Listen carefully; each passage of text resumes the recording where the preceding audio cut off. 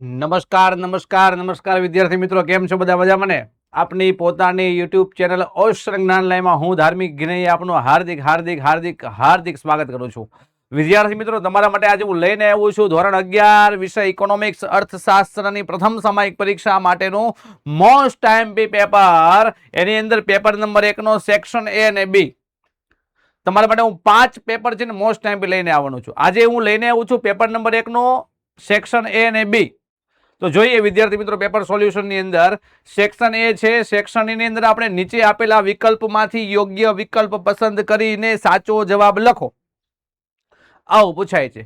તો જો શું કહે છે કે માનવીની આર્થિક સમસ્યાઓનો ઉકેલ અને માનવીના આર્થિક વર્તનનો અભ્યાસ કરતા શાસ્ત્રને કયા શાસ્ત્ર તરીકે ઓળખવામાં આવે છે? તો કે અર્થશાસ્ત્ર તરીકે ઓળખવામાં આવે છે. કયા શાસ્ત્ર તરીકે? અર્થશાસ્ત્ર. કારણ કે અર્થશાસ્ત્ર એ માનવીના તો કે આર્થિક અભ્યાસની વર્તનનો અભ્યાસ કરતો શાસ્ત્ર છે, આર્થિક સમસ્યાઓનો ઉકેલ લાવતું શાસ્ત્ર છે. પછી ઇકોનોમિક્સ શબ્દ કયા ગ્રીક શબ્દ પરથી ઉતરી આવ્યો છે? ઇકોનોમિક્સ. તો કે એ જે શબ્દ છે એ ઓઇકોનોમોસ નામનો જે શબ્દ છે એના પરથી ઉતરી આવ્યો છે, ઓઇકોનોમોસ.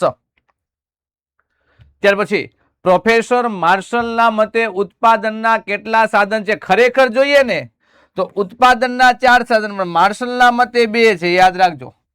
ખરેખર જોઈએ તો ઉત્પાદનના 4 સાધન છે. ઉત્પાદનના કેટલા સાધનો છે? તો કે 4 સાધનો છે. કયા કયા 4 સાધન છે? તો કે જમીન, મૂડી, શ્રમ, નિયોજક. આ 4 છે. પણ માર્શલના મતે કેટલા છે? 2 છે. કેટલા? 2. કયા કયા? કુદરત અને માણસ. ત્યાર પછી માંગને અસર કરતા પરિબળોને કેટલા વિભાગમાં વહેંચી શકાય? માંગને અસર કરતા 2 પરિબળ. કયા કયા?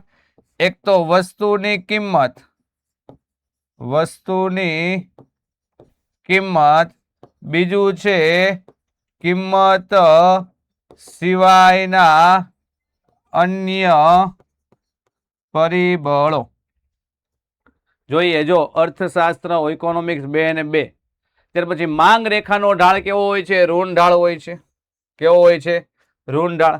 માંગનો નિયમ કોણે આપ્યો છે? તો કે માંગનો નિયમ પ્રોફેસર આલ્ફ્રેડ માર્શલે આપેલો છે. કોણ આપેલું છે? Professor Alfred Marshall. ત્યાર પછી જથ્થો પુરવઠા કરતા કેવો હોય? જથ્થો પુરવઠા કરતા વધુ હોઈ શકે. આ ખૂબ મોસ્ટ ટાઈમપી એમસીક્યુ છે, યાદ રાખજો. ખૂબ એટલે ખૂબ મોસ્ટ ટાઈમપી એમસીક્યુ છે. જથ્થો પુરવઠા કરતા કેવો હોઈ શકે? તો કે વધારે હોઈ શકે. કેવો હોઈ શકે? વધારે. ત્યાર પછી જે વિદ્યાર્થી મિત્રો, હજી કહું છું ભાઈ, ભૂલ ન કરતા. જે વિદ્યાર્થીઓ ઓશન જ્ઞાન લાઈનની બ્રહ્માસ્ત્ર બેચમાં જોડાણા નથી, સુવર્ણ તક છે, જોડાઈ જાજો. આવો મોકો ફરીવાર ક્યારેય ભૂલમાંથી આવશે નહીં. આખું વર્ષ તમને માત્ર ને માત્ર 1999 ની અંદર અમારા અભ્યાસ કરાવવાના છે તમને. કેટલા? 1999 માં. હા, ધરખમ. એટલે છે ને ભૂલ ન કરતા જોડાઈ જાજો. હા, અને સાથે સાથે 1999 માં ફ્રી આઈએમપી બેચ તમને મળશે અને પેપર સોલ્યુશન બેચ પણ તમને ફ્રીમાં મળવાની છે. ત્યાર પછી લઈએ આપણે ભવિષ્યમાં ભાવો વધવાની અટકળ થાય. ભાવ ક્યારે વધવાનો છે? ભવિષ્યમાં. તો પેઢી વર્તમાનમાં પુરવઠામાં કેવો ફેરફાર કરે? તો કે વર્તમાનમાં પુરવઠો ઘટાડે. કેમ? ભવિષ્યમાં ભાવ વધશે તો ભવિષ્યમાં નફો પણ વધશે. એટલે પેઢી વર્તમાનમાં પુરવઠો શું કરશે? ઘટાડશે. જો ઘટાડશે. સરેરાશ ખર્ચની રેખા યુ આકારની. જો સરેરાશ ખર્ચ યુ આકાર, પણ તમને પૂછે સીમાંત ખર્ચ.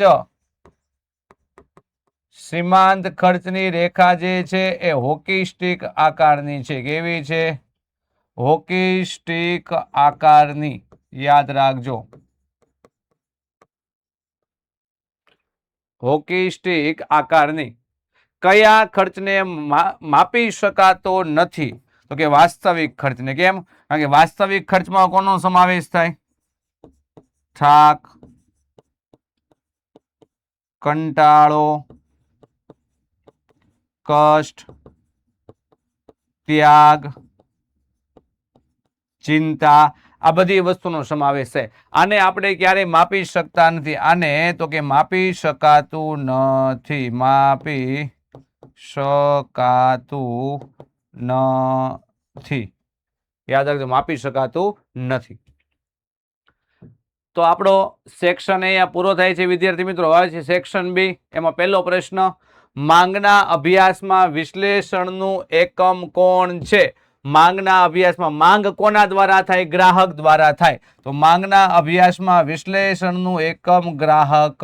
કોણ બને? ગ્રાહક. યાદ રાખજો, જો ગ્રાહક. ત્યાર પછી વાત કરીએ,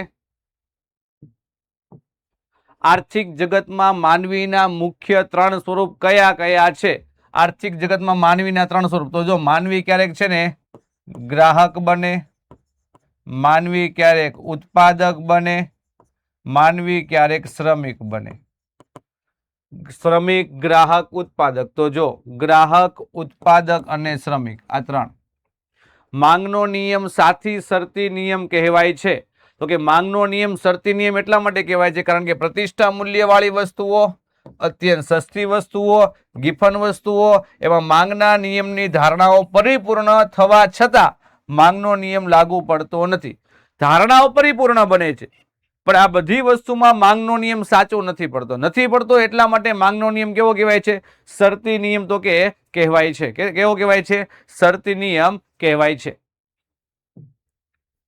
જે વિદ્યાર્થી મિત્રોને આવું મસ્તકડું સરસ મજાનું જોતું હોય, સોલ્યુશન પીડીએફ જોતી હોય, તો આપણા ઓશન જ્ઞાનલયની એપ્લિકેશન ડાઉનલોડ કરી નાખજો, QR કોડ સ્કેન કરી લેજો, જે વિષયની જોતી હોય તે. અને વધારે માહિતી મેળવવી હોય અથવા તમારું મગજ ફરી જાય કે અમારે બ્રહ્માસ્ત્ર બેચમાં જોડાવવું છે, તો લાલા જોડાઈ જાજો. હા, અને 70 46 22 22 54 પર ક્લિક કરીને વધારે માહિતી મેળવી લેજો. ત્યાર પછી માંગની આવક સાપેક્ષતાનું સૂત્ર. તો જો માંગની આવક સાપેક્ષતા બરાબર અહીંયા લખું છું. જો આની અંદર છે ને પ્રિન્ટ મિસ્ટેક છે પણ અહીંયા હું સાચું લખું છું. માંગની આવક સાપેક્ષતા બરાબર માંગની આવક સાપેક્ષતા બરાબર તો કે વસ્તુની માંગમાં ટકાવારી ફેરફાર એના છેદમાં વ્યક્તિની આવકમાં ટકાવારી ફેરફાર. રેડી? આમાં પ્રિન્ટ મિસ્ટેક છે ટાઈપિંગની અંદર. જો અહીંયા આવકને ટકાવારી લખ્યું એટલે આ છે ને આપણે ખોટું દર્શાવી દેવાનું છે. આ કેવું છે? ખોટું. મેં તમને ઉપર સાચું લખી દીધું છે. યાદ રાખજો. ત્યાર પછી જથ્થો એટલે શું?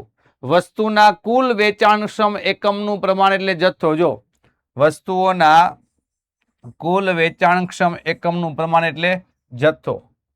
તો વિદ્યાર્થી મિત્રો, સરસ મજાનું આપણે અંતિમ પ્રહાર મોસ્ટ IMP બેચ ની અંદર જેને જોડાવવું હોય જોડાઈ જજો. સંપર્ક છે 70 46 22 22 54 2027 ધોરણ 12 ની બેચ અત્યારથી જ લોન્ચ થઈ ગઈ છે. યાદ રાખજો, કમિંગ સૂન માટે છે. ઓકે, ફરીવાર તમે ને હું મળીશું એક નવા પેપર સાથે.